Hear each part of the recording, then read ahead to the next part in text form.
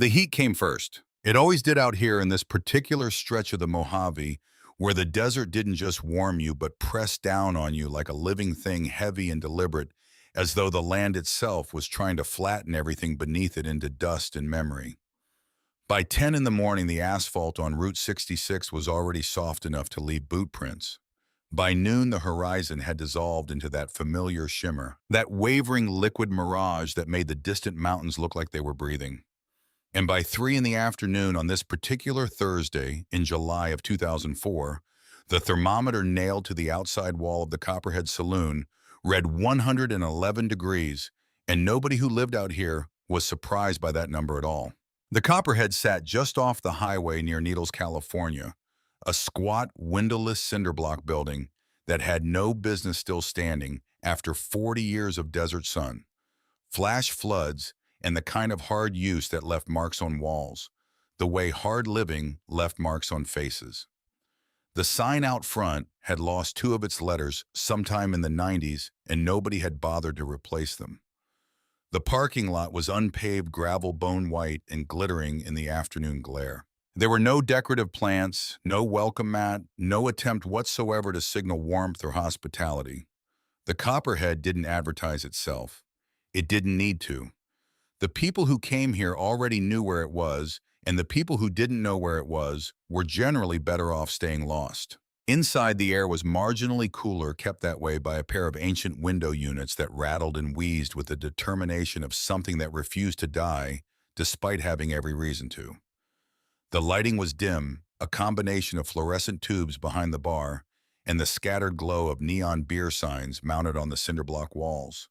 Budweiser, Coors, Miller Genuine Draft.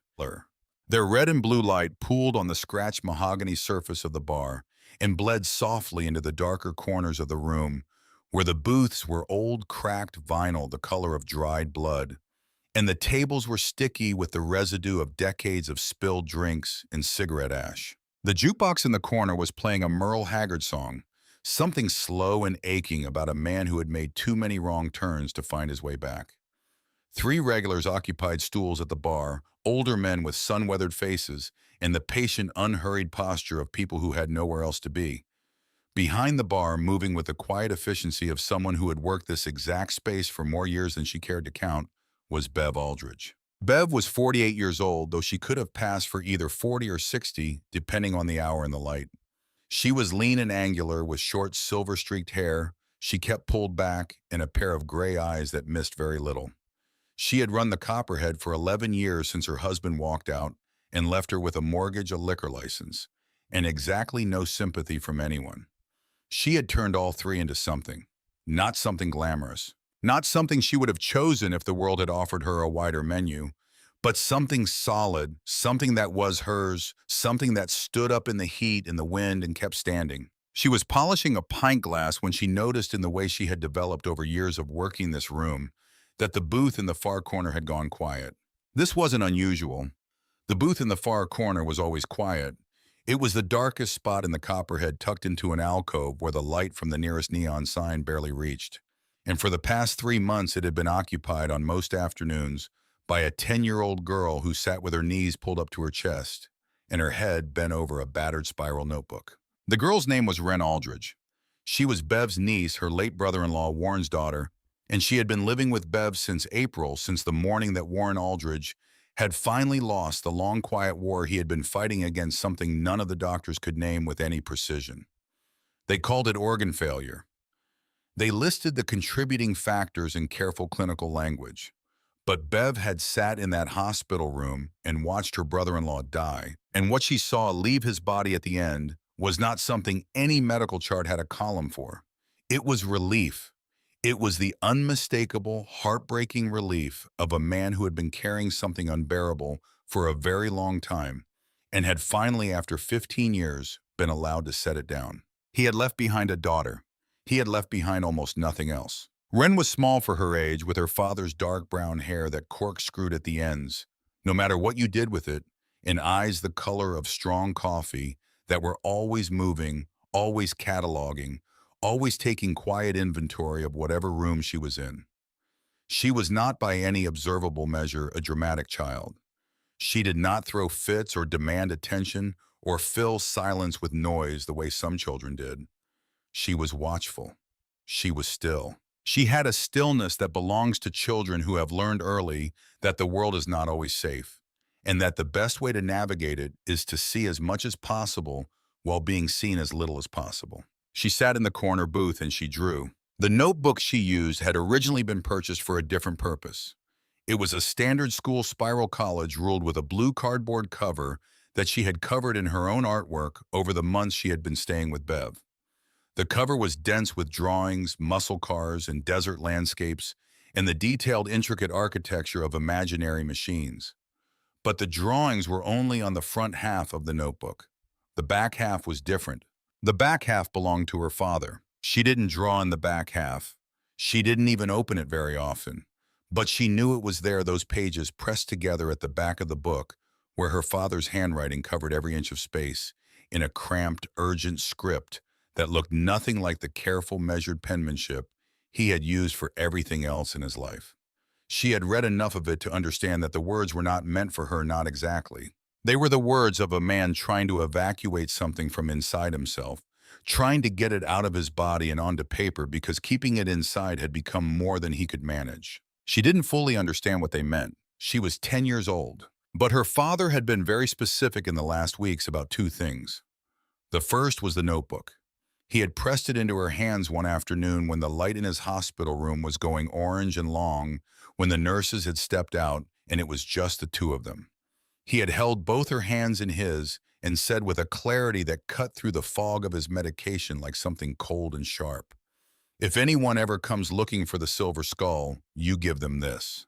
The second was the necklace. Wren reached up now without thinking about it and wrapped her fingers around the pendant beneath her shirt. It had become a reflex over the past 3 months, the way some children reach for a stuffed animal or a blanket. The pendant was heavy for its size, solid silver hanging on a thick steel chain that had left a faint green mark on the back of her neck in the first week before her skin adjusted to it. The design was intricate and strange, a winged skull biting down on a broken motorcycle piston, rendered with a level of craft that seemed excessive for something meant to hang under a shirt and never be seen. But the detail that made it singular, the thing that her fingers always found without looking, was the right eye socket of the skull.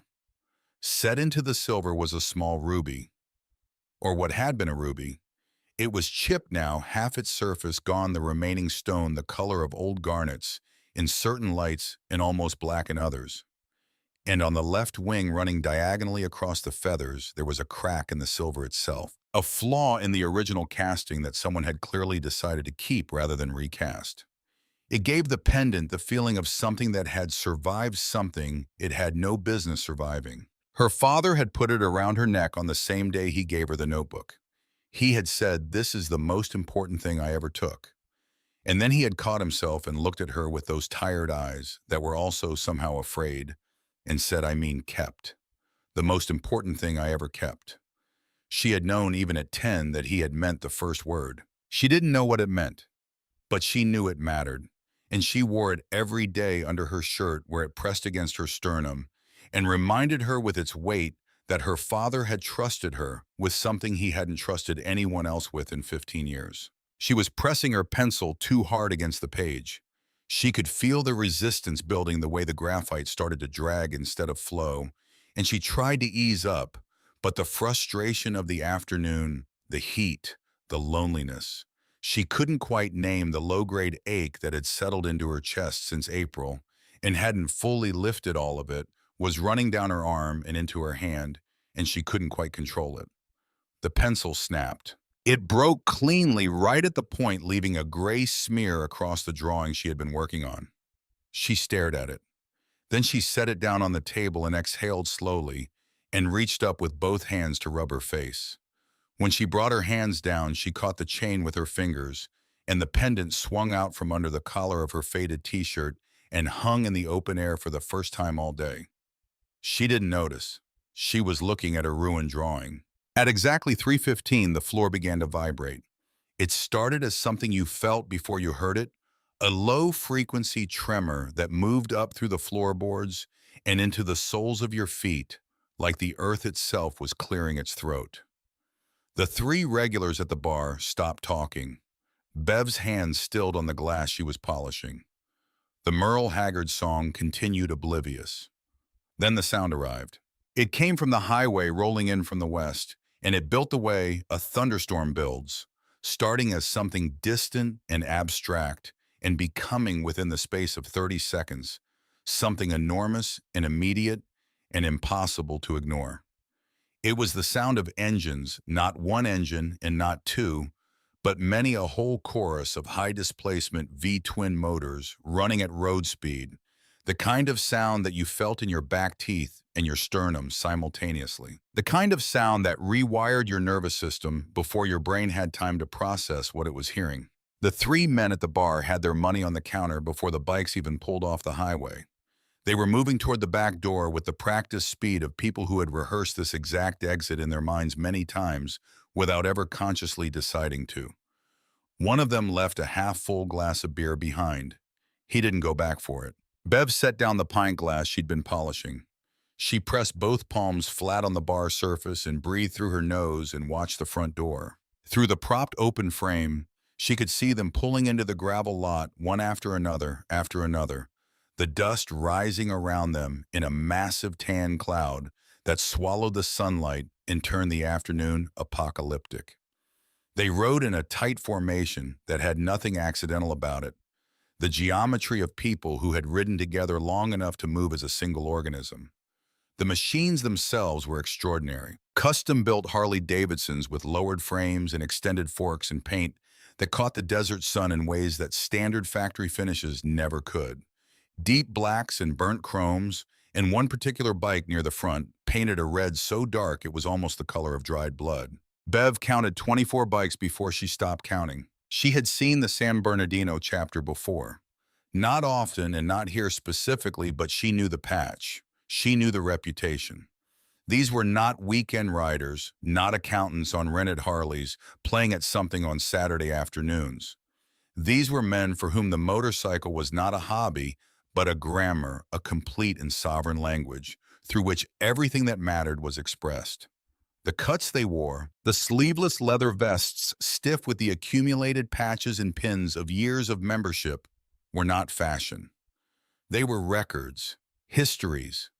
They told you everything about a man if you knew how to read them. The man who came through the door first made the doorframe seem like a design inadequacy. He was 6 feet 4 inches tall and built along proportions that suggested his ancestors had been doing heavy manual labor for many consecutive generations. His shoulders were wide enough that he turned slightly sideways as he came through the entrance, not because he had to, but because he had learned that the habit prevented broken door frames. He was somewhere in his middle 40s, though the sun and the years and whatever else had happened to him had made an imprecise map of his face. His forearms, visible below the rolled sleeves of a faded black shirt, were covered in faded prison tattoos that had blurred at the edges over time into something resembling the bas-relief on old stone monuments. A scar ran from his left earlobe down the side of his neck and disappeared beneath his collar, the color and texture of old wax. His name in the world that existed outside of legal documents and court records was Cord. Cord Mercer, Sergeant-at-Arms of the San Bernardino chapter. A man whose reputation for methodical, efficient, unambiguous authority had preceded him across state lines for the better part of 2 decades. He stepped into the Copperhead and stood for a moment just inside the door, letting his eyes adjust from the afternoon glare to the dimness of the bar, reading the room in the automatic comprehensive way that men in his position learn to read rooms or stop being in his position. His gaze swept the bar, the booths, the pool tables, the back hallway. It paused briefly on Bev. He gave her a nod. Not warm, not cold, professional. "Afternoon," he said. His voice was a deep, unhurried baritone that carried without effort. "Cord." Bev kept her own voice level. She had learned over years of running this bar that the tone you set in the first 10 seconds of an interaction like this one was the tone you lived with for however long the interaction lasted. "What can I get you?" "Pitchers of Coors," he said. "Keep them coming." The rest of the chapter filed in behind him. They were loud, and they were not trying to be anything else, claiming the pool tables and the prime booths with the casual, unself-conscious authority of people who understood that space belonged to whoever was willing to occupy it most completely. The noise level in the Copperhead climbed rapidly. Pool balls cracked, laughter erupted. Someone fed money into the jukebox, and the Merle Haggard song gave way to something louder and less mournful. Flanking Cord as he settled against the bar were two men who moved with the alertness of people whose job description included anticipating problems before they became visible. The first was called Hatch Pruitt, a blocky, square-jawed man in his early 50s with a shaved head and the hands of someone who had spent a significant portion of his life doing things with those hands that he would not be asked about in polite company. The second was Vex Tarlow, younger leaner, with sharp features and quick dark eyes, and the compressed, coiled energy of a man who was always looking for something to be angry about and rarely had to look very hard. For 20 minutes, everything in the Copperhead proceeded along lines that Bev could manage. She poured beer. She kept her expression neutral. She did not look toward the corner booth unless she absolutely had to. And when she did, the glance she sent Wren was clear and unambiguous. Stay still, stay invisible. Stay exactly where you are. Wren, for her part, had understood the instruction before it was given. She had watched the bikers come in with the careful, unblinking attention she brought to everything, cataloging faces and movements and the precise geometry of who stood where and why. And she had made herself as small as she knew how to make herself, pulling her knees to her chest and letting the shadow of the alcove fold around her like something protective. She was looking at the broken pencil on the table. She was thinking about her father. She thought about him often in the disorganized way that grief works in children, not in sustained waves of sadness, but in sudden discontinuous flashes, specific memories arriving without warning and departing just as abruptly. His hands, which had been the careful hands of an accountant, precise and controlled. The way he made coffee in the mornings with a concentration that seemed excessive for the task. The way he sometimes sat at the kitchen table at 2 in the morning, when he thought she was asleep, writing in the notebook with the focused, urgent desperation of someone trying to outrun something that was right behind him. She had understood even then that he was afraid of something. She had never known what. She reached up and rubbed her face again, and her hands caught the chain, and the pendant swung out, and the chipped ruby caught the blue edge of the Budweiser sign mounted on the wall 6 feet away, and threw a small, brilliant point of red light across the scarred tabletop. Cord Mercer had finished his second pint. He pushed off the bar and began making his way toward the back of the saloon, toward the hallway where the restrooms were. He moved through the room with the unhurried, deliberate gait of a man who owned whatever floor he was walking on. His heavy boots connected with the hardwood in a steady metronomic rhythm. He passed the first booth, the second. He was approaching the dark alcove at the back when something in his peripheral vision snagged him the way a nailhead snagging a thread can unravel something far larger than itself. He stopped. He turned his head very slowly toward the corner booth. At first, it was only the light that had caught his attention, that small point of red there, and gone in an instant. But then he saw the source of it, a pendant, heavy silver, hanging from a chain around a small girl's neck, and the shape of it, even across the dim distance of the bar, hit him somewhere below. Conscious processing somewhere in the part of the nervous system that stores the things you cannot afford to forget. He did not move. He did not breathe. The blood left his face with a completeness that was startling, evacuating from his sun-weathered skin, as though his body had received news his mind was still catching up to. For a man who had survived bar fights and prison riots and high-speed chases through 3 different states, for a man whose reputation was built in significant part on his imperviousness to surprise. He stood in the middle of the Copperhead Saloon and looked like someone had reached into his chest and removed something structural. His voice, when it came, was barely above a murmur, but in the way of certain voices it carried anyway. Hatch. Hatch Pruitt looked up from the pool table, cue in hand. Yeah. Kill the jukebox. There was something in Cord's tone that made questions irrelevant. Hatch set down his cue, walked to the jukebox, and pulled the power cord from the wall socket. The silence that followed was the kind that has physical weight. Every man in the Copperhead registered it immediately. Conversations stopped mid-sentence. Pool cues were lowered. Heads turned toward Cord with the automatic trained attention of people who had learned that when their sergeant-at-arms went quiet in a certain way, the correct response was to go quiet yourself and wait. Cord walked toward the corner booth. He was a large man and he moved large, his shadow preceding him across the floor. And as he approached the alcove where Wren sat, he seemed to occupy more and more of the available space until he was standing directly over the small girl, and his shadow had swallowed her completely. Wren looked up. She went very still. Cord's eyes were not on her face. They were on the pendant, the silver skull with the chipped ruby eye, and the cracked left wing hanging in the open air against her faded t-shirt. His right hand came up slowly, and he extended one finger, a thick, scarred, calloused finger, that was trembling visibly and pointed directly at the pendant. "Where did you get that?" The silence in the Copperhead Saloon was so complete that Wren could hear the refrigerator compressor humming behind the bar 40 feet away. She could hear her own heartbeat. She could hear the small, tight sound of her own breathing. Across the room, Bev had already dropped her bar towel. She was moving. She covered the distance between the bar and the corner booth in the time it took Cord to draw a slow breath, and she positioned herself at the edge of the table, putting her body between the enormous man and her 10-year-old niece with the specific total commitment of someone who had made a decision about what mattered and was not revisiting it. "Cord," her voice was steady, a remarkable achievement under the circumstances. "Back off, she's my niece, she's a child. She doesn't know anything." Cord raised his left arm, extended it sideways like a gate, and stopped her without looking at her. The gesture was not violent. It was simply immovable. "I'm not going to hurt her, Bev." His voice had taken on a quality she had not heard from him before, something rough and cracked like stone, subjected to forces greater than it was designed for. "But I need to see that necklace, right now." Wren's eyes moved between the massive man standing over her and her aunt standing beside her.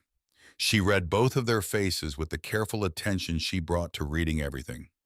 She registered Bev's fear, which was real and unperformed.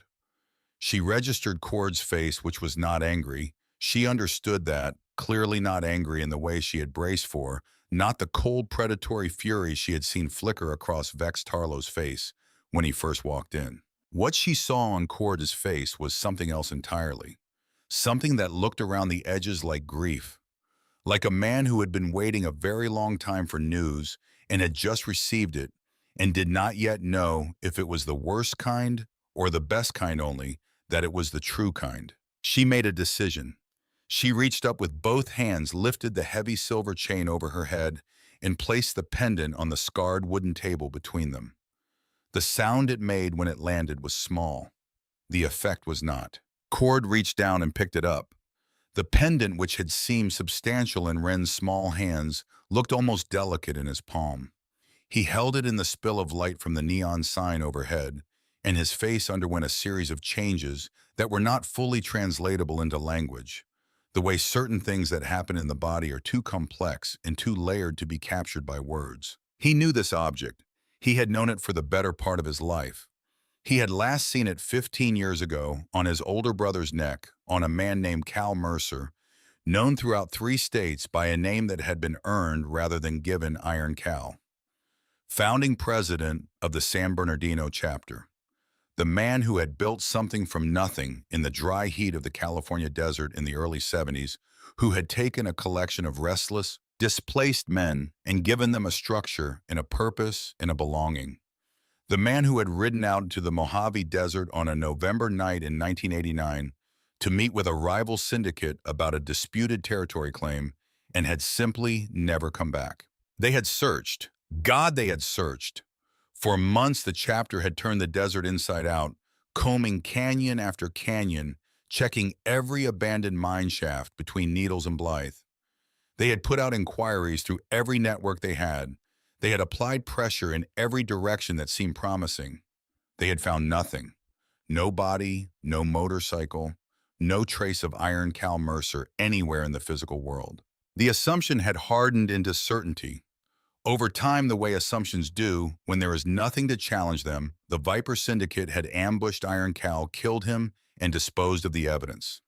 That assumption had started a war that lasted 3 years and cost the chapter enormously in money, in members, and the kind of attrition that changes an organization's character permanently. And with Iron Cal had disappeared something else, something that struck at the chapter in a different but equally significant way. Warren Aldridge had vanished the same night. Warren, who had kept the chapter's books for 4 years, who had managed the legitimate businesses, the auto shop, the real estate holdings, the bar revenues, the 1,000 small transactions that made up the chapter's visible face. Warren, who had been quiet and nervous and precise, and who had always seemed slightly out of place in this world, a man of ledgers and tax codes navigating a world that ran on different rules entirely.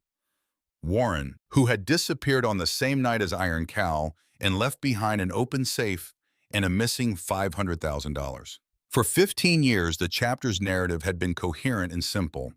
The Vipers killed Cal, and a terrified accountant used the chaos to steal the war chest and run. The coward's calculus: take the money and the confusion vanish, start over somewhere else. Cord had believed it. He had been furious enough to believe it, and to sustain that fury for 15 years without it dimming significantly. He had made certain internal promises about what would happen if Warren Aldridge was ever located. He stared at the silver pendant in his palm, the winged skull, the broken piston, the chipped ruby in the right eye socket, the crack in the left wing that Cal had refused to have repaired because he always said the flaw was what made it real. Cord had held this object in his hands before. He had held it the last time he saw his brother alive. "Dutch," Vex Tarlow said from somewhere behind him. Using Hatch's road name out of old habit, his voice pitched low and tight. "You seeing what I'm seeing?" "Shut up, Vex." Cord didn't turn around. Hatch Pruitt had come up behind Cord and was looking over his shoulder at the pendant, and the expression on his square, weathered face had shifted from the neutral alertness he usually wore to something more complicated. Recognition, an awareness of the weight of the moment that went beyond anything words were going to help with. Cord set the pendant down on the table. He looked at Wren directly for the first time. Really looked at her. The dark eyes, the brown hair that corkscrewed at the ends, the shape of her jaw. "Girl," he said, his voice dropping to something almost private, "I'm going to ask you one more time, and I need you to tell me the absolute truth. Where did you get this necklace?" Wren met his gaze. She was afraid, genuinely and physically afraid, her heart hammering against her sternum and her hands pressed flat against her thighs beneath the table to keep them from shaking visibly. But she was also her father's daughter, and her father had told her exactly what to do if anyone ever came looking for the silver skull. And she understood, looking at this man's ruined, grieving, enormous face, that this moment was the moment he had been talking about. "My dad gave it to me," she said. Her voice was steady. It surprised her. "Before he died, he said it was the most important thing he ever kept." Cord's jaw tightened. "Your dad." He said it slowly, feeling the weight of each word. "When did he die?" 3 months ago, Wren said. "In April. He was sick." "What kind of sick?" Wren looked at the pendant on the table. "Not the kind with a name," she said after a moment. "He said he had something in him that the doctors couldn't see. He said it was the ghost of a man in the desert that never let him sleep." The bar was completely silent. Cord stared at her. His massive chest rose and fell slowly. Behind him, Vex Tarlow took a step forward. "Give us a name, kid," he said, his voice sharp and impatient. "Who's your father? What's his name?" Wren looked at Vex. Then she looked back at Cord. She made a second decision. "Warren," she said. "Warren Aldridge." The name landed in the silence of the Copperhead Saloon like something dropped from a great height. Vex Tarlow made a sound in the back of his throat that was not quite a word. He turned away and his fist came down on the nearest pool table hard enough to jump the balls in their rack. 15 years, he said, and the words were compressed to almost nothing by the force of what was behind them. 15 years and the rat's kid walks in here wearing Cal's necklace. "Vex," Cord's voice was a command. He took the money, Cord. He took the money and he left Cal out there, and now his kid is sitting in a bar in Needles wearing proof of it around her neck. I said, shut your mouth. Cord turned then, and whatever was in his face made Vex go still. This is my call, my blood, my brother. You don't speak again until I tell you to. Vex held his gaze for 2 full seconds, which was longer than most men managed. Then he stepped back. Cord turned back to the table. Ren was watching all of this. She had not looked away from any of it. She had watched Vex's explosion and Cord's command and the submission that followed, and she had filed it all away in the comprehensive way she filed everything. And she had noted the expression that crossed Vex Tarlow's face in the moment after he stepped back, when his eyes cut sideways to Hatch Pruitt, with something in them that was not quite submission and not quite agreement. Something calculating. Something that was already looking past this moment toward the next one. She filed that too. Bev had her hand on Ren's shoulder now. Cord looked at them both. Your father, he said, his voice dropping further. Did he ever talk about where he came from? Before you, before wherever you were living? No, Ren said. He didn't talk about before. Did he say anything about the necklace? About where it came from? He said it was a reminder, Ren said. He said some debts can't be paid, but they can be carried. And he said if anyone ever came looking for the silver skull, I was supposed to give them this. She reached across the table past the pendant and pulled the battered spiral notebook from the edge of the bench where it had been sitting all afternoon. She held it for a moment. The weight of it was the weight of her father's handwriting, filling the back half of it, 15 years of sleepless nights, and guilt and Bible verses crossed out in black ink, and a map drawn from memory of a place in the Mojave Desert that she had never been, and hoped until about 20 minutes ago she would never need to find. She understood in the way that children sometimes understand things before they have the language to explain the understanding, that what she was doing by pushing this notebook across the table was irreversible, that it would change things, that the moment her father had been preparing for without telling her he was preparing for it was this one right here in the dim heat of her aunt's bar on a July afternoon in 2004. She pushed the notebook across the table to Cord Mercer. He looked at it, he looked at her, he picked it up. The cover was Ren's, covered in her drawings of cars and machines and imaginary landscapes. He turned it over, opened it to the middle, and the world of the notebook divided itself cleanly into before and after. Her careful pencil sketches on one side, and on the other the frantic, pressure-scarred handwriting of Warren Aldridge. The pages filled top to bottom and into the margins with words that had clearly been extracted from inside a man by force. Cord read. The bar stayed silent. Nobody moved. He turned pages slowly. His breathing changed, became heavier, more deliberate, as though he was managing something that wanted to get away from him. Hatch stood at his shoulder and read along without speaking. Then Cord reached the page with the map. It was 2 full pages drawn in the obsessive detail of someone who had committed a specific geography to memory and never been able to let it go.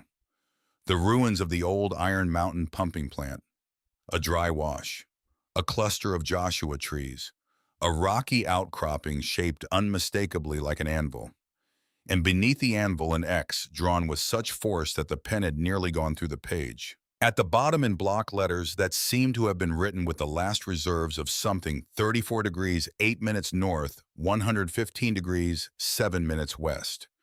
And below that one final line, I buried the iron, I buried the gold, I kept the silver. Cord closed the notebook. He stood there for a moment with it in his hands, looking at nothing in particular, the way a man looks when he is somewhere inside the machinery of his own understanding, as it reconfigures itself around a new and devastating truth. Then he looked up. Hatch, he said. His voice had gone completely flat, all the emotion drained out of it, and replaced with the focused calm that precedes decisive action. Get the pack ready. Hatch nodded once and turned away. We're riding to Iron Mountain. Cord tucked the notebook into the inside pocket of his leather cut. He reached out and picked up the silver pendant from the table and wrapped the chain around his fist. He looked at Bev, not at Ren, at Bev. "I'm leaving 2 men at the door," he said. "You and the girl stay in this bar until I come back. If what's in that notebook is true, there'll be no trouble. If it's not—" He didn't finish the sentence. He didn't need to. He turned and walked toward the door, his boots on the hardwood floor, the only sound in the room. Within 3 minutes, the Copperhead Saloon shook to its foundations as 24 engines turned over simultaneously in the gravel parking lot outside. The roar built and built until it was less a sound than a physical condition, a total environmental fact. And then it began to move eastward out onto Route 66 and into the white afternoon heat, and the sound diminished by degrees until it was the distance, and then only the distance, and then nothing at all. The nothing it left behind was enormous. Bev stood behind her niece with both hands on the girl's shoulders and watched the dust settle in the parking lot through the propped open front door. Outside, 2 men in leather cuts had taken up positions on either side of the entrance, with the unhurried patience of people prepared to wait as long as necessary. Wren sat in the corner booth and looked at the place on the table where the pendant had been. Then she looked at the empty space in front of her where the notebook had been. She had done what her father told her to do. She pressed her palm flat against the table and felt the scratches in the old wood beneath her fingers. The accumulated record of 40 years of glasses and keys and elbows, and the 10,000 ordinary moments that had happened in this bar before this one. And she breathed slowly the way her father had taught her to breathe, when things felt too large to fit inside your chest, and she waited. The desert at night was a different country.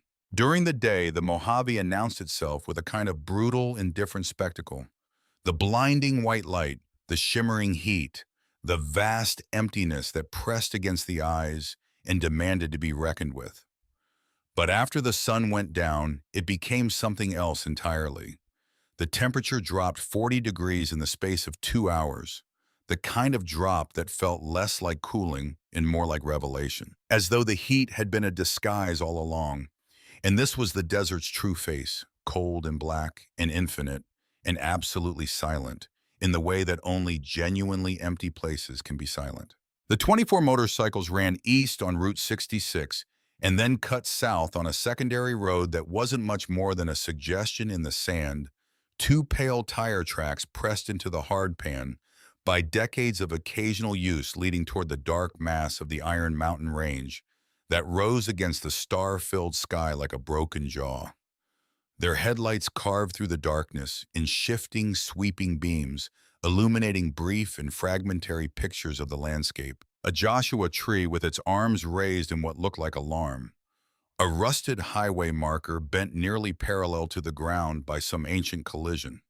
The bleached skeleton of something large that had died beside the road long enough ago that even the vultures had finished with it. Cord rode at the front. He always rode at the front. It was his position and his right. But tonight there was something different in the way he held himself on the bike. A quality of forward lean that was about more than aerodynamics. A physical expression of the urgency running through him like current through wire. He had not spoken since they left the parking lot of the Copperhead. Hatch Pruitt, riding 2 positions back, had watched him from behind and read what he could in the set of those wide shoulders, and had said nothing himself because there was nothing useful to say. The notebook was in Cord's inside chest pocket, pressed against his ribs. He could feel it with every breath. He was thinking about his brother, not about what might be waiting at the coordinates in that notebook. Not yet, his mind wasn't ready to go there directly. Instead, it went sideways into memory, which is where the mind goes when the present is too large and too consequential to be faced head-on. He was thinking about Cal as he had known him before the weight of leadership had settled permanently onto those broad shoulders. Cal teaching a 16-year-old Cord to ride in the parking lot of an abandoned drive-in theater in San Bernardino, patient in a way that surprised everyone who knew him, because patience was not a quality Cal Mercer was widely associated with. Cal building the chapter from nothing in the mid-70s, recruiting men one at a time, with a combination of personal charisma and absolute moral clarity about what the Brotherhood was and was not going to be. Cal refusing 3 separate times to expand into narcotics when other chapters had made fortunes doing exactly that, because his read on where that road led was precise and correct, and he was willing to take the financial hit rather than travel it. Cal, the night before he disappeared, sitting on the back step of the chapter house in San Bernardino, with a bottle of beer in his hand and his silver pendant catching the porch light, talking to Cord about something minor, some small internal dispute that needed managing. And Cord had been only half listening because he was tired, and because he had no way of knowing that this was the last real conversation they would ever have. He had never stopped being angry at himself for that, for the half listening, for the fact that the last exchange he had with his brother was about something he couldn't even fully remember now. 15 years. The pendant was in his cut pocket, wrapped around his fist until the chain cut into his palm. He had put it there after he left the bar, not wanting to look at it while he was riding, not wanting the distraction of it. But he could feel it the way you feel a bruise without pressing on it, a constant, low-level awareness that it was there. Warren Aldridge's daughter. A 10-year-old girl with her father's dark eyes and her father's instinct for stillness, sitting in a corner booth with a notebook full of her dead father's guilt and a pendant that had no business being in this world still. He pushed the thought aside and focused on the road. They reached the coordinates at 11:47 at night. The ruins of the Iron Mountain pumping plant had been abandoned since the 1940s, and the desert had spent the intervening 6 decades doing what the desert does to everything that stops fighting back, pulling it apart, slowly reclaiming the materials, returning the man-made to something closer to the elemental. What remained were the concrete foundations and partial walls of 3 structures, the rusted hulks of machinery too large and too heavy to have been worth salvaging, and a great deal of scattered debris that had been arranged by wind and time into patterns that looked almost intentional, almost like the remnants of something that had meant something once. The motorcycles stopped in a rough semicircle, their headlights all pointed inward, creating a circle of illumination in the middle of which the desert floor was visible in pale relief. The engines cut off one by one, and the silence came flooding back, absolute and immediate. Cord dismounted. He stood for a moment and looked at the landscape around him, matching it against the map in the notebook which he had memorized during the ride. The dry wash was there exactly as drawn, a shallow depression running roughly north to south, its sandy bed glowing faintly in the headlight spill. The cluster of Joshua trees was there, 5 of them, in a rough grouping 40 yards to the east, their silhouettes bizarre and angular against the stars. And there beyond the Joshua trees, visible even in the darkness, because of the way the moonlight caught the pale granite surface, was the rock. It was unmistakable. A massive, irregular boulder that rose about 8 feet from the desert floor and tapered toward the top in a shape that bore a genuine resemblance to the flat face of an anvil. Cord had passed through this area a dozen times in his life and had never noticed this rock specifically because there was no reason to notice it, because it was just a rock in a desert full of rocks. But Warren Aldridge had noticed it. Warren Aldridge had stood in this spot 15 years ago in the dark alone with a dead man's orders in his ears and the sound of retreating gunfire fading into the distance, and he had noticed this rock and chosen it as the landmark that would anchor everything else. Cord walked toward it. The chapter followed at a distance. Nobody asked questions. Nobody needed to. The men of the San Bernardino chapter had ridden with Cord Mercer long enough to understand the grammar of his silences, and what this silence was saying was clear enough. Stay back, give room, let this happen the way it needs to happen. Cord stood in front of the anvil rock. He reached into his saddlebag and pulled out a folding trench shovel, a military surplus item, the kind of compact, heavy-duty tool that spent most of its life unused and was useful for exactly the situations where you were glad you had it. He unfolded it, locked the blade into position, and stood for a moment with it in his hand, looking at the ground in front of the rock. Then he started digging. The desert floor here was hard-packed, compressed by decades of sun and the absence of rain into something that resisted the shovel blade with a dull metallic authority. Cord put his weight into it, driving the blade with the heel of his boot, working in the methodical, unhurried way of someone who understands that the ground will yield eventually to sufficient force applied consistently over sufficient time. There was no shortcut, there was only the work. The rest of the chapter stood in a wide circle, smoking cigarettes in the cold air, watching. Nobody offered to help. They understood without being told that this was not help that was being asked for. The sound of the shovel biting into the earth and the dry whisper of dirt being turned over were the only sounds in the desert for a long time. Back at the Copperhead Saloon, the two men Cord had left at the door had not moved from their positions. They sat on the front step like features of the landscape, unhurried and patient. And the interior of the bar was quiet, in the way that spaces go quiet, when the thing that was filling them has been removed, and what remains is the shape of its absence. Bev had locked the front door from the inside. She had poured herself a measure of bourbon that she hadn't touched. She was sitting on the bar stool nearest to the corner booth, close enough to Wren to be comforting, without being so close as to be smothering, which was the precise calibration she had been trying to maintain with her niece for 3 months and had not always achieved. Wren had not moved from the corner booth. The broken pencil was still where she had left it. She had not looked for another one because drawing had stopped being the point several hours ago. She was thinking. In the hour since the chapter had left, she had done the kind of thinking she did best. The quiet, comprehensive, uninterrupted thinking that she could only do when nobody was looking at her and expecting anything from her. She had been replaying the scene in precise detail, her memory for detail being one of the things about herself she had noticed and cataloged without anyone else pointing it out to her. She replayed it the way you replay something important, not just once, but over and over, looking for the things she might have missed on the first pass. She had not missed Vex Tarlow. She had been watching Vex throughout the whole encounter in the way she watched everyone steadily and without appearing to, and what she had seen in him was not what she had seen in Cord Mercer. Cord's response to the pendant had been grief massive and unperformed, the involuntary physical expression of a man confronting something he had believed lost forever.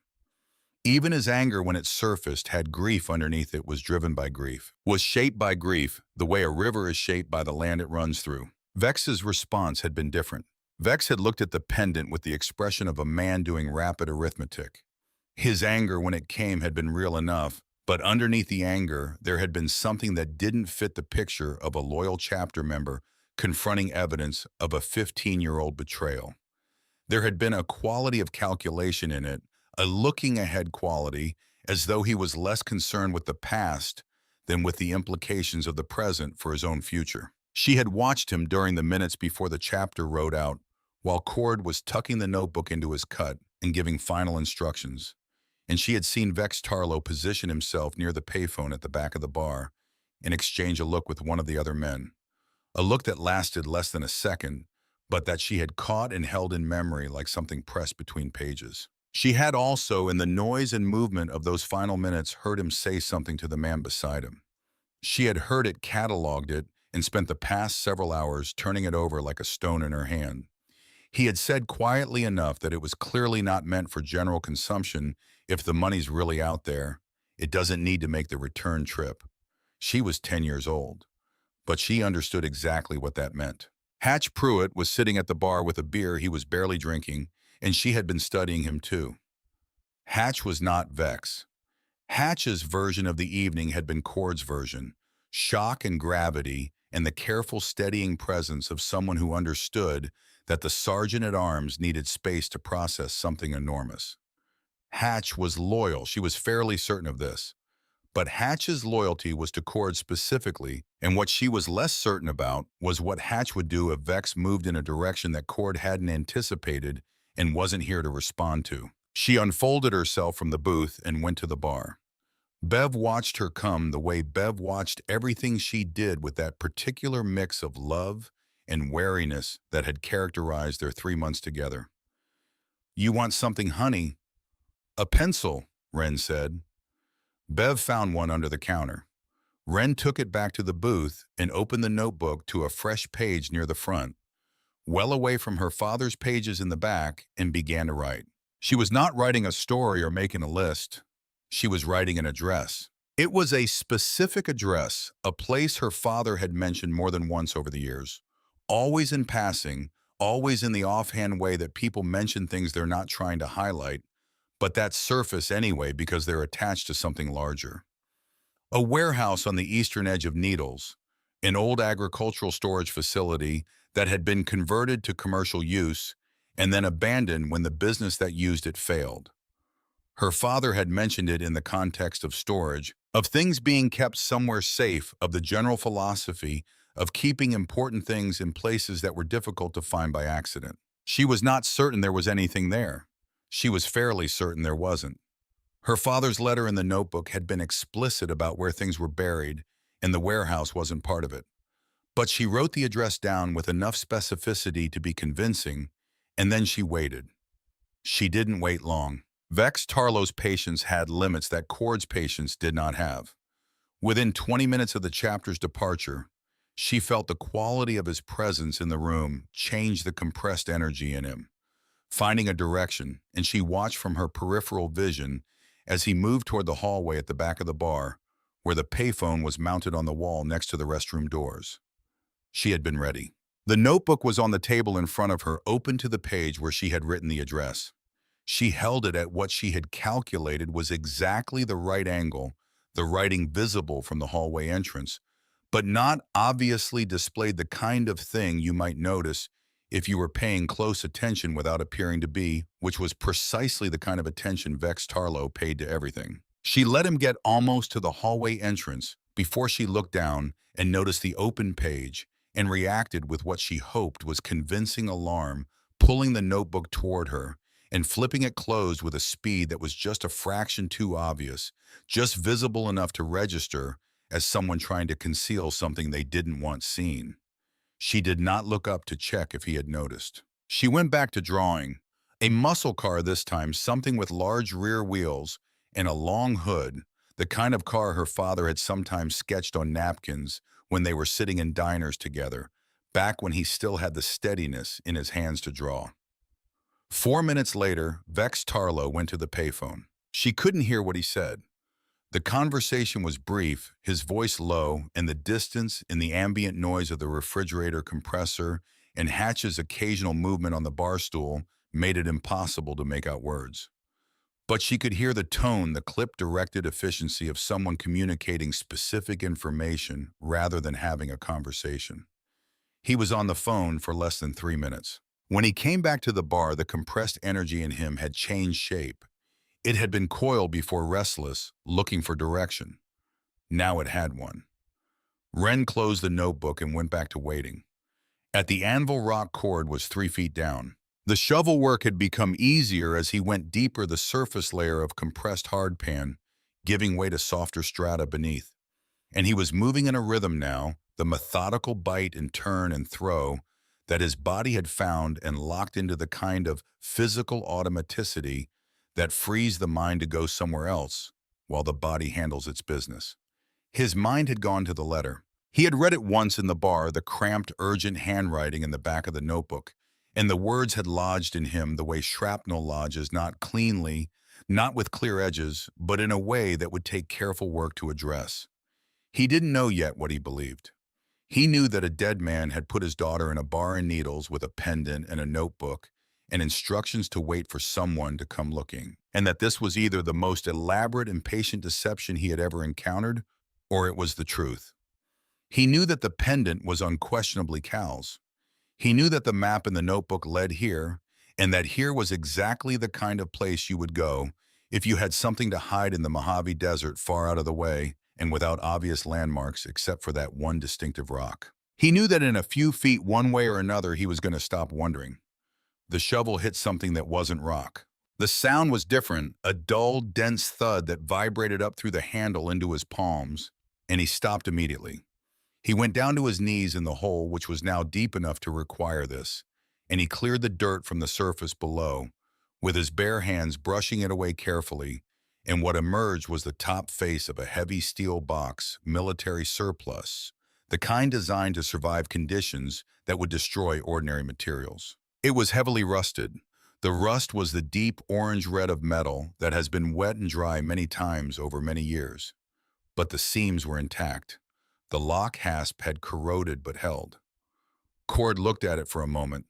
Then he looked up at Hatch, who was crouching at the edge of the hole, and something passed between them in the shared language of men who have known each other long enough to communicate without words. Cord did not reach for the box. He moved 18 inches to the left and began to dig again. He had read the letter. He knew what else was supposed to be here. The second material he found was softer than the first, and he found it faster, only about 20 inches down. And when he recognized the texture of it under his fingers, he stopped using the shovel entirely and went back to his bare hands. He worked slowly, carefully brushing the dirt away with a gentleness that would have surprised anyone who knew him only by reputation. The canvas was rotted almost to nothing. It came apart in fragments under his hands, disintegrating at the touch, leaving behind the shape of what it had been wrapped around, rather than the material itself. He brushed and cleared and brushed and cleared, and the desert dirt gave way degree by degree, and what emerged into the beam of Hatch's flashlight was black leather stiff with age and the compression of 15 years under the earth, and then the gleam of a silver buckle, tarnished almost to black, and then the unmistakable white and red of a Hell's Angels patch, faded and fragile, but present, still there, still legible after all this time. Cord sat back. He sat in the dirt at the bottom of the hole he had dug with his own hands, and he looked at what was in front of him, and the sound that came out of him was not a word, and not quite a cry, and not quite anything with a name in the standard vocabulary of human expression. It was the sound of 15 years of not knowing ending, of a question that had been open so long it had become part of the architecture of a life finally irrevocably closing. Above him, the chapter stood in silence. Hatch had his hat off. Several of the others had removed their sunglasses despite the darkness, a gesture that meant the same thing here, that it meant everywhere, that something was being acknowledged, that a moment was being given the space it required.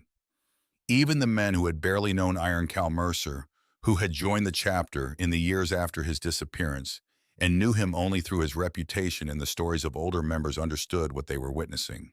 They stood in the desert cold and they looked down at their sergeant-at-arms sitting in the dirt with his brother, and they gave it the silence it deserved. Cord did not ask for help climbing out of the hole. He climbed out the way he had climbed in, with the self-sufficiency that was as much a part of him as the scar on his neck.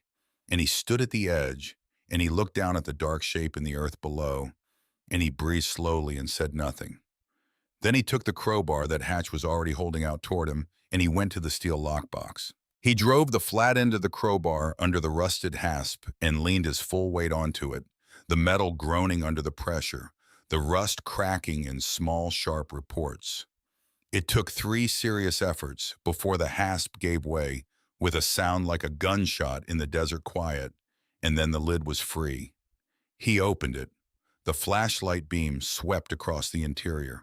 The money was in vacuum-sealed plastic bags stacked with the neat, precise organization of an accountant, each bag dense with tightly packed currency. 15 years in a sealed military-grade container in the dry desert air had preserved them almost perfectly. They looked like they could have been packed the previous week. There were 9 bags. Nobody did the arithmetic out loud. Nobody needed to. Resting on top of the stacked bags was a thick manila envelope wrapped in 3 separate layers of heavy plastic sheeting and sealed with tape that had dried and cracked at the edges but held. Cord picked it up. He stripped the plastic away with his fingers, working through each layer deliberately, and extracted from the innermost wrapping a stack of papers held together with a rusted binder clip. The top page was a letter. The handwriting was the same handwriting he had seen in the back half of the notebook, the same cramped, urgent, pressure-heavy script. The date at the top was November 14, 1989. Cord stood up. He walked to the nearest motorcycle headlight and stood in its beam, and the desert spread out around him in every direction, and the stars above were extravagant and indifferent in the way that stars in the desert always are. And he held the letter up to the light. The chapter gathered close without being asked. They gathered the way men gather when something significant is happening, and there is no longer any point in maintaining the fiction of ordinary distance. Cord's voice, when he began to read, was level. It cost him something to keep it level. The cost was visible in the muscles of his jaw and the careful deliberateness of each breath. If you are reading this, it means the guilt finally killed me, and my child found a way to give you the map. I need you to understand what happened. Not for my sake. I don't deserve anything for my sake. For the sake of the man in the ground beside this box. Cord cleared his throat. Cal and I were riding back from Barstow that night with the cash from the quarterly collection. We got ambushed on Route 66, 14 miles east of Needles by Viper Syndicate riders. There were 10 of them. They had been waiting. Someone had told them we were coming, told them the route, told them the timing. I did not know this at the time. I only understood it later, much later, sitting in the dark, in states whose names I won't write down, putting the pieces together. Hatch made a sound in the darkness. Cord kept reading. Cal told me to ride into the canyon and hide. He turned his bike around and went back toward them alone. I heard the gunfire. It lasted nearly 4 minutes. When it stopped, I waited in the canyon for another 10 minutes the way he told me to. Then I went back. Cord's jaw tightened. He kept his voice level by main force. He had killed 4 of them. The others had gone. He was in the road. He was badly hurt. I tried to get him onto my bike, tried to tell him I could get him to a hospital in time, but he wouldn't let me. He said the ATF surveillance had been running for 6 weeks, and if he died in a hospital, the feds would be there within the hour and the chapter's money would be confiscated before anyone could move it. He said the chapter needed the money more than it needed his funeral. He told me to dig.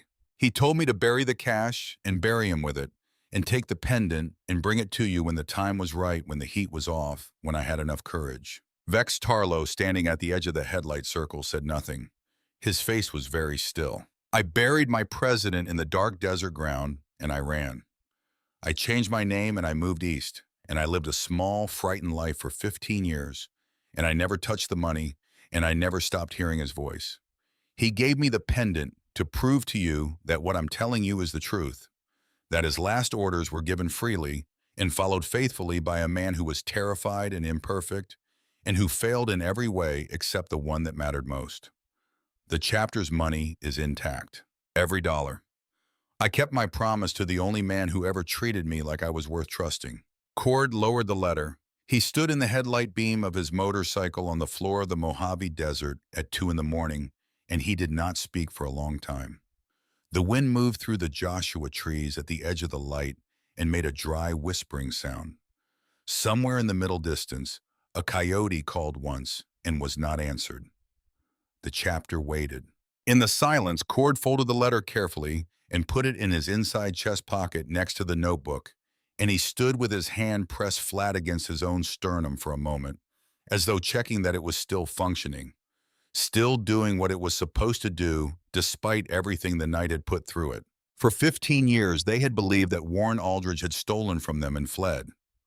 For 15 years, the story of Iron Cal's death had been a story of ambush and betrayal and a cowardly accountant who used the chaos for his own gain. That story had powered a war. That story had shaped everything about who the chapter had become in Cal's absence. The bitterness of it, the unresolved anger of it, the wound that had never closed because there was never any resolution to close it.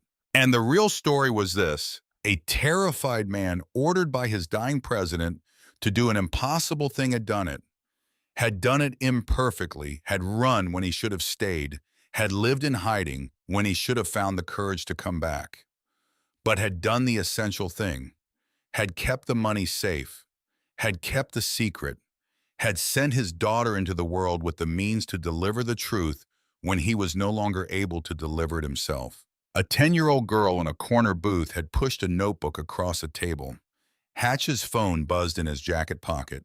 He looked at the screen and his face changed the brow, dropping the jaw, tightening into a configuration that Cord had seen enough times to recognize immediately. He looked up. "It's Decker," he said. Decker was the prospect they had left as a secondary watch outside the Copperhead. "He says Vex made a call from inside the bar. 3 trucks just pulled up on the lot. He doesn't recognize the plates." The desert silence pressed down around them. Cord looked at Hatch. Then he looked slowly and with great deliberateness at the empty space beside the fire where Vex Tarlow had been standing. The space was empty. Vex was at the edge of the headlight circle, phone in hand, body turned slightly away from the group in the posture of someone who has just been told something they were expecting to hear. Cord did not speak. He turned and walked to his motorcycle. He kick-started it on the first attempt. The engine came to life with a roar that split the desert night and brought the rest of the chapter to attention immediately. He was already turning the bike toward the road when he said without raising his voice, without needing to, "We're going back." The trucks arrived at the Copperhead at 12:41 in the morning. Wren heard them before she saw them as a vibration through the floorboards, though different in character from what she had heard that afternoon. Where the Hells Angels had announced themselves with the full-throated operatic roar of custom engines running at road speed, these vehicles came quietly, the muffled rumble of stock pickups driven with deliberate restraint, the sound of people trying not to be heard, which was in its own way louder than any amount of engine noise. She was already watching the front window when the headlights swept across the parking lot gravel. 3 trucks. American-made dark-colored mid-90s models with a kind of unremarkable profile designed to attract no attention. They pulled in without urgency and parked in a loose triangle formation that left the front door of the Copperhead clearly accessible from multiple angles. The engines cut off simultaneously. The headlights died. For a moment, nothing moved. Then the truck doors opened and men got out, 6 of them, and even in the poor light filtering through the Copperhead's dusty front window, Wren could read the shape of the situation from the way they moved. They moved like men who had arrived at a place they had been given instructions about, men executing a plan that someone else had formed, carrying themselves with the specific confidence of people who believed the difficult part had already been handled and that what remained was simply collection. The 2 men Cord had left at the door were on their feet and positioning themselves before the trucks had fully stopped. She watched them move, and she watched the 6 men from the trucks, and she tried to calculate the arithmetic of what was about to happen. Hatch Pruitt had been off his bar stool before the headlights fully cleared the window. He crossed to the front door with the direct, purposeful stride of someone who had assessed the situation and reached conclusions. He stopped at the door and looked out through the gap, taking inventory. Then he turned back into the bar. His eyes found Wren immediately. This was the moment she had been preparing for, without fully articulating to herself that she was preparing for it. She had been sitting in the corner booth since Vex made his phone call, running and rerunning the variables, trying to map what was likely to happen next, and where the points of leverage were, and what a 10-year-old girl in a lock bar in Needles, California could actually do about any of it. She had arrived at a limited but specific answer. Hatch crossed the room in 7 strides and crouched down at the edge of the booth so his face was closer to her level, which struck her as an unexpectedly considerate thing for a man of his size and history to do. "You need to go to the back," he said. His voice was low and without panic, which she appreciated. "The kitchen all the way through, there's a storeroom. You and your aunt go in there, and you do not come out until I come and get you personally. You understand me?" Wren looked at him steadily. "Are those Vex's people?" Something moved across Hatch Pruitt's face. Not surprise exactly, more like the recognition of something he had half expected, but was still mildly startled to encounter. He looked at the 10-year-old in the corner booth and made a small adjustment in how he was looking at her. "Go to the storeroom," he said. "Is Cord coming back?" "Go to the storeroom, Wren." She went. Bev was already moving from behind the bar, having read the situation from the window, with the same efficiency that 15 years of running a roadside bar in the Mojave had given her. She took Wren's hand, and they went through the door behind the bar into the kitchen, past the industrial grill and the prep surfaces, and the deep fryer that hadn't been used since Tuesday, and through the second door at the back into the storeroom, which smelled of cardboard and old cooking oil, and the particular institutional cleanliness of surfaces that are scrubbed regularly but never quite come clean. Bev pulled the door shut behind them. The storeroom had no window. The sounds that reached them were muffled and directionally unclear voices from outside rendered into tones and volumes without content, the occasional specific impact of something solid against a hard surface. Bev sat on an overturned produce crate and put her arm around Wren, and Wren let herself be held, which was something she didn't always do. She was thinking about the address she had written in the notebook. In the storeroom's darkness, running back through the sequence of events, she tried to assess whether what she had done had worked the way she intended or whether she had miscalculated. The address she had written was real. The building it described, the old agricultural warehouse on the eastern edge of Needles, was real. Her father had mentioned it specifically enough and repeatedly enough over the years that she was confident the detail was solid. What she was not confident about was whether Vex had sent his people there or here or split them between both locations, and the arrival of 3 trucks at the Copperhead was not the outcome she had been working toward. She had been trying to redirect, not concentrate. She pressed her face against her aunt's shoulder and breathed slowly and thought. The muffled sounds from outside continued for several minutes, and then changed in quality, the voices becoming more concentrated and directive. And then there was a period of relative quiet, and then there was a sound that was not muffled at all, a sharp crack from somewhere near the front of the building that her body registered before her mind classified it. Bev's arm tightened around her. They sat in the dark storeroom and waited. Cord came off Route 66 onto the Copperhead's access road at a speed that the road's surface was not designed to accommodate, and did not particularly care about the distinction. Behind him, the chapter ran in tight formation, the headlights of 23 motorcycles creating a moving wall of light that swept across the desert scrub on either side and illuminated the dust cloud their own passage was raising. He saw the trucks before he reached the lot. He saw them, and he read the configuration in a single comprehensive assessment, and the calculations that followed happened in the part of his mind that operated below the level of deliberate thought, the part that had been trained by years of exactly these situations into a kind of automatic tactical fluency. 3 trucks, 6 men visible, 2 prospects holding the perimeter at the door. Hatch's bike still in the lot, meaning Hatch was inside.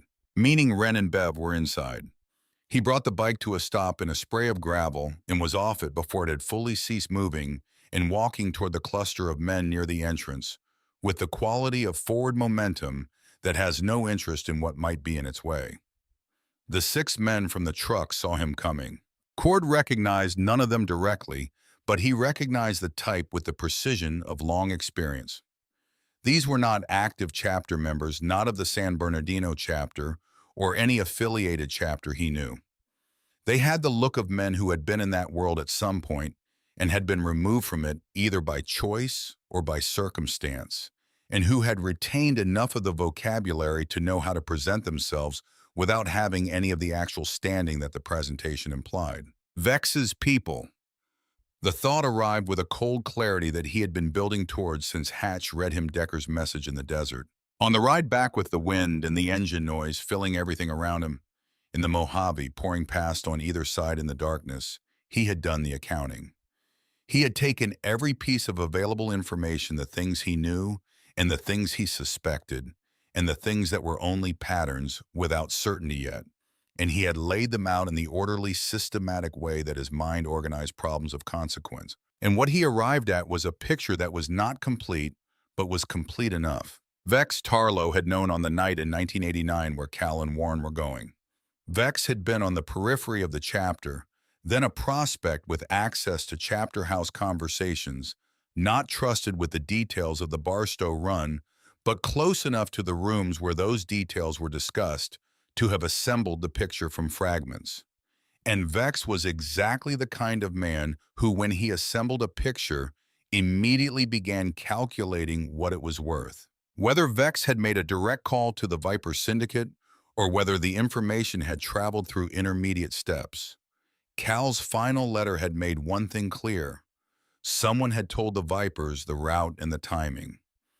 And 15 years later, when a 10-year-old girl in a corner booth revealed that the war chest was not gone, but buried, Vex's arithmetic had updated itself with the same automatic efficiency it had always had. $500,000 intact in a desert lockbox was a different kind of opportunity than a 15-year-old grievance. And Vex had made a phone call. Cord stopped 10 feet from the nearest truck. The 6 men had arranged themselves in the loose, casually aggressive configuration of people who have been told that the numbers favor them and that the situation is essentially under control. They were looking at the motorcycles pulling into the lot behind Cord with an attention that was trying to be steady and not entirely succeeding. Vex Tarlow had positioned himself between the trucks and the door. He turned as Cord approached, and his face in the harsh wash of combined headlights was difficult to read the practiced expressionlessness of a man who has spent years in situations where showing what you were thinking was a liability. Cord, he said. His voice had the careful neutrality of someone trying to establish that nothing irregular was happening and that there was a reasonable explanation for everything present. Cord looked at him for a long moment without speaking. Then he reached into his inside chest pocket and withdrew the folded pages of Warren Aldridge's letter. He held it at his side. I read Cal's letter tonight, he said. His voice was conversational, almost quiet. Out loud to the whole chapter. Everybody heard it. You want to know the part that stayed with me? Vex said nothing. Something was shifting behind his eyes, the calculation running the arithmetic updating in real time. The part where Cal said someone told the Vipers we were coming, Cord said. Someone who knew the route, the timing, someone close enough to the chapter house to hear a conversation that was only supposed to happen between three people. He paused. Cal and Warren and whoever drove the backup vehicle to Barstow that week. The parking lot was very quiet. The six men from the trucks were understanding by degrees that the situation they had arrived to was not the situation they had been described. 15 years. Cord continued still, even still conversational. I spent 15 years believing a dead man had stolen from us. From Cal.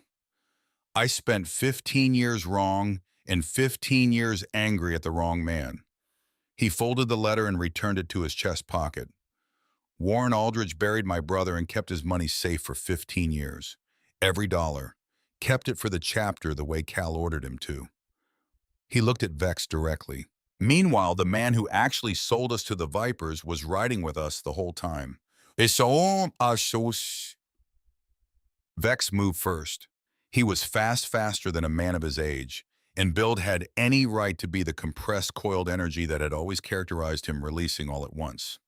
Cord was faster. Vex hit the gravel and did not get up, and the six men from the trucks looked at each other and then at the 23 members of the San Bernardino chapter who had spread across the parking lot behind Cord, and they made the correct calculation about what to do next, which was nothing. Two of them tried anyway brief and arrived at the same conclusion by a less comfortable route. Hatch Pruitt came through the front door of the Copperhead. During the final moments of it, assessed what he saw and nodded once at Cord with the expression of a man whose read on the situation has been confirmed. They didn't get inside, Hatch said. Decker and Ortiz held the door. Cord looked at Decker and Ortiz, the two prospects who had been left at the entrance. They were both standing, both upright, both wearing the expressions of men who had just passed a test they hadn't known they were being given. Cord looked at them for a moment in the way that constituted acknowledgement in the grammar of this world, then turned and walked through the front door of the Copperhead Saloon. The bar was exactly as he had left it, which struck him as both obvious and somehow remarkable. The jukebox in the corner, the neon signs, the scratched mahogany surface of the bar, and the cracked red vinyl of the booths, all of it unchanged. The world inside this room had simply waited while the world outside it went through the upheaval it had gone through.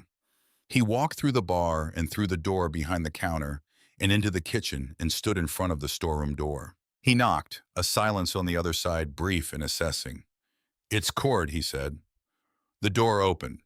Bev came out first, putting herself in front before she knew what she was stepping into. She saw his face, and some of the tension in her own face shifted, not gone, but reorganized into something she could manage. Behind her, Wren. The girl stepped out of the storeroom and stood in the kitchen light and looked at him with those dark, steady eyes that he had been seeing in his mind during the ride back. She was still wearing the empty chain around her neck, the steel links lying flat against her t-shirt where the pendant had been, and the absence of it was visible as a specific detail in a way that presences sometimes are not. Cord looked at her for a moment. "You set the trap yourself," he said. It was not quite a question. Wren was quiet for a moment. Then she nodded, small and careful. "The address in the notebook," he said. "You wrote it to pull Vex's people somewhere else." "I didn't know if it would work," she said. "I thought it might send them away from here. I didn't expect them to split and come here too." Cord looked at her for a long moment. The kitchen light was harsh and fluorescent, And in it, the 10-year-old girl in the faded t-shirt and the empty chain looked very small and very tired and entirely completely herself. "Where'd you learn to think like that?" he asked. Ren looked at the floor. "My dad taught me to watch people," she said quietly.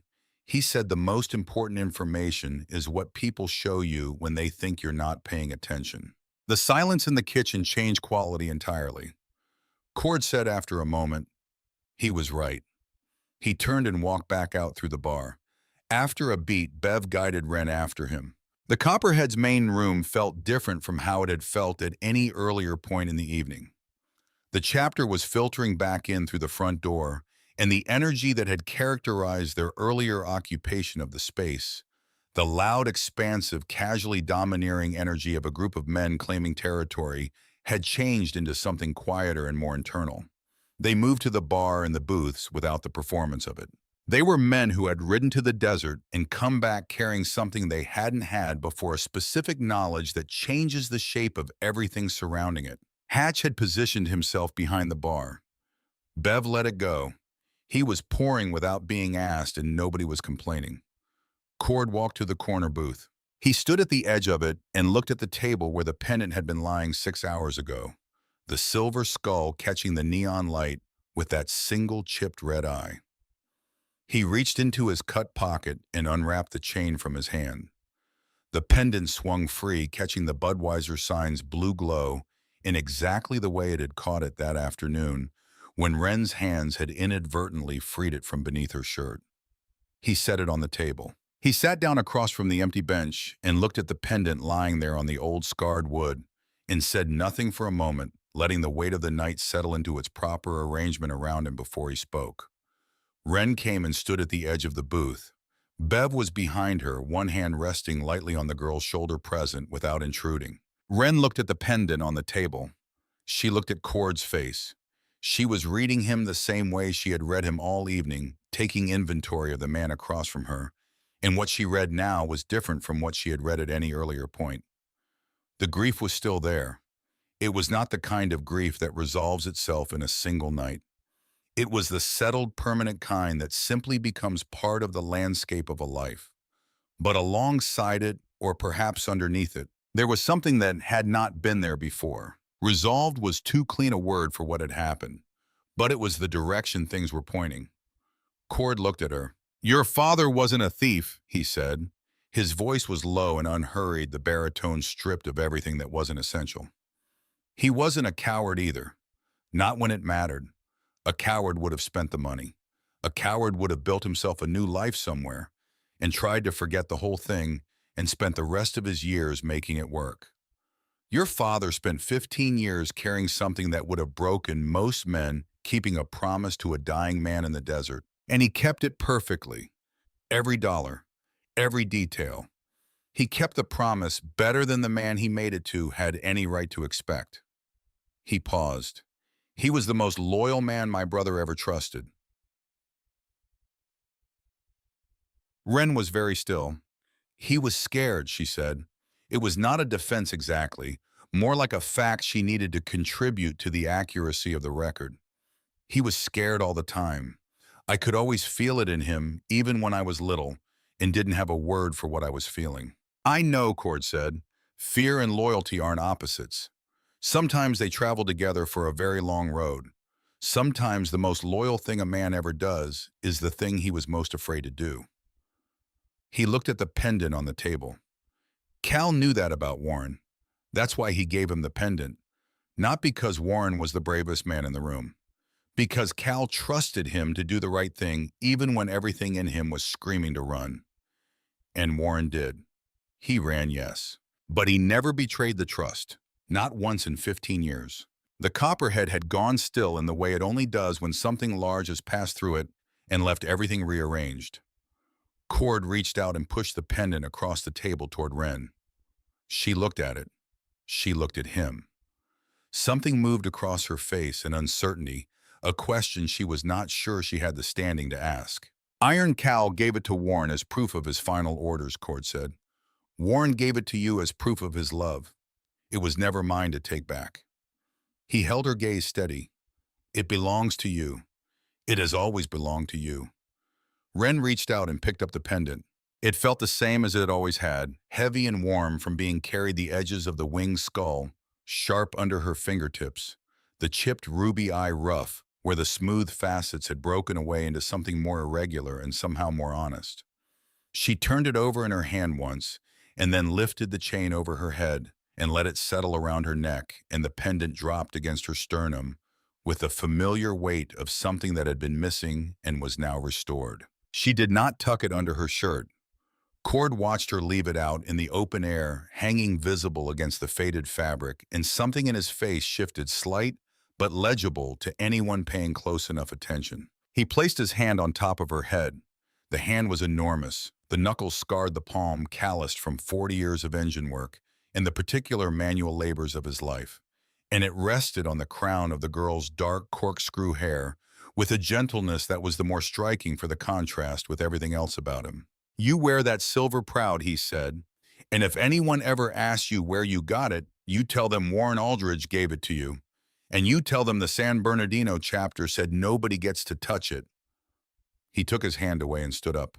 He stood at the edge of the booth for a moment, looking at the girl who had walked into his life 6 hours ago, carrying 15 years of her dead father's secret around her neck, and a notebook full of guilt in a corner booth, and who had, through the simple act of trusting a frightening stranger with the truth, and then trusting her own mind when it mattered, set something free that had been imprisoned since before she was born.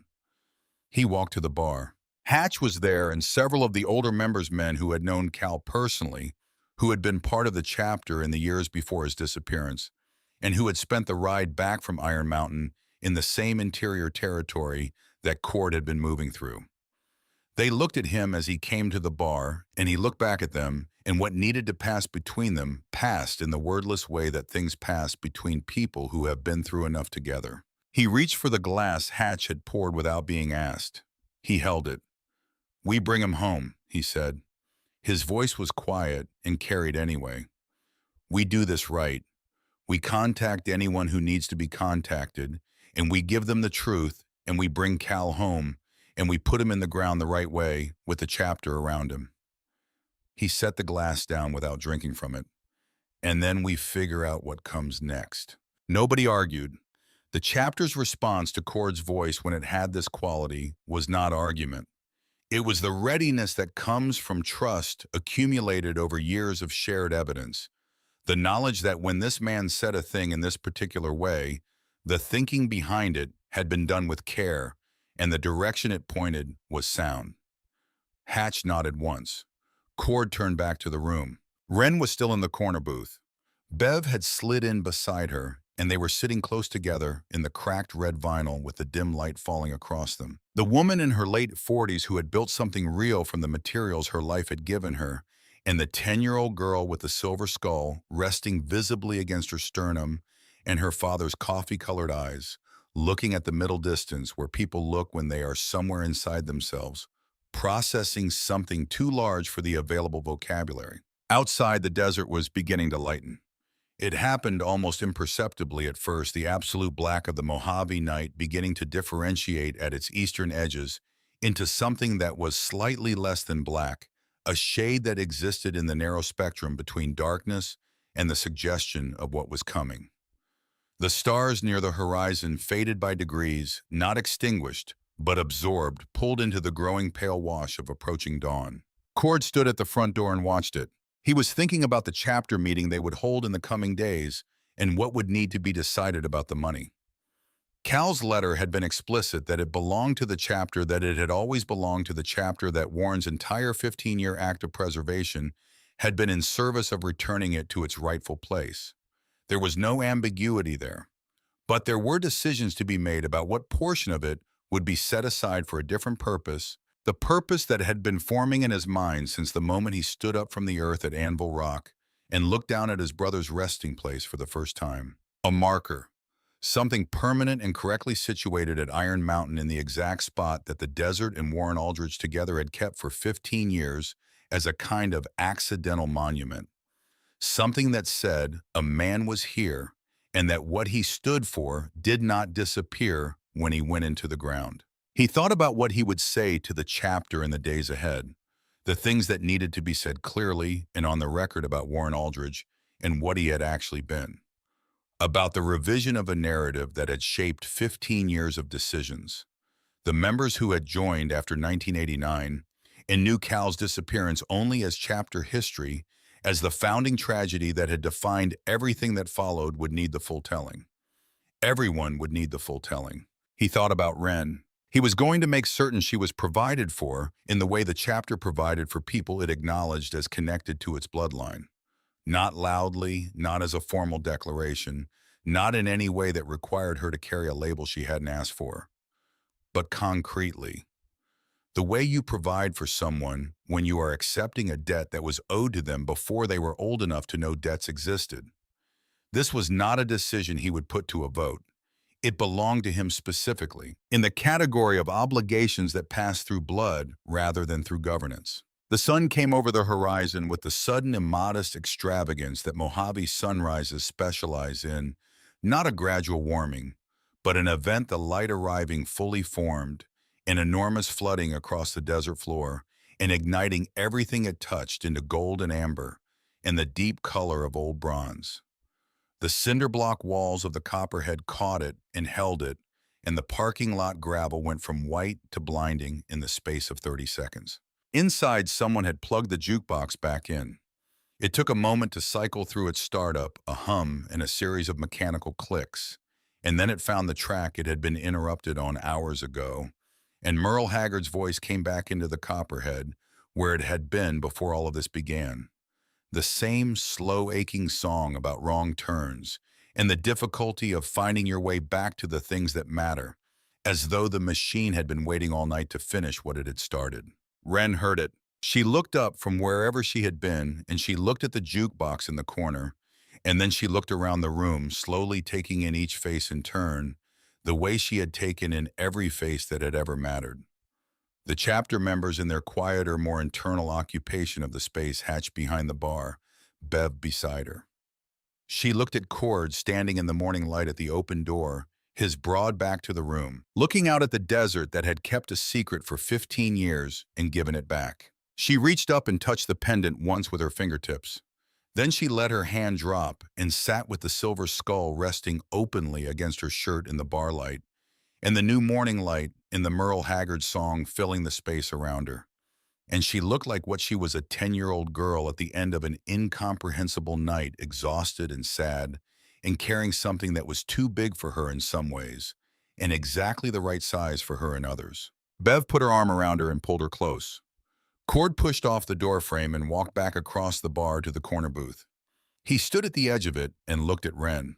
"Your father kept my brother's secret for 15 years, he said. He kept the chapter's money safe. He made sure the truth had somewhere to go when he was no longer able to take it there himself." He paused, finding the right words and taking the time required to find them. "The chapter doesn't forget that kind of thing. You understand what I'm saying?" Wren looked at him with those coffee-colored eyes that missed nothing. "Yes," she said. He nodded once. Then he straightened and walked to the front door of the Copperhead Saloon and stepped out into the morning, his boots on the gravel making the same sound they had made every other time he had ever walked across a parking lot, unhurried and deliberate, and entirely his own. The light was full now, golden and merciless and magnificent, the way Mojave mornings are in July when the heat has not yet arrived, but everything is already lit up like something that has just been told it is allowed to exist. His motorcycle was where he had left it. He stood beside it for a moment with his hand on the handlebar and looked out across the desert that stretched away from the highway in every direction, ancient and patient, in keeping whatever was entrusted to it the way it always had and would.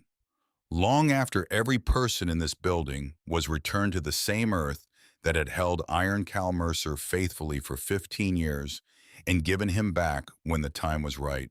Cal had gone down fighting for the people he loved. He had gone down completely like himself, without compromise or surrender. That was the truth of it. That was what the desert had been holding all this time underneath everything else.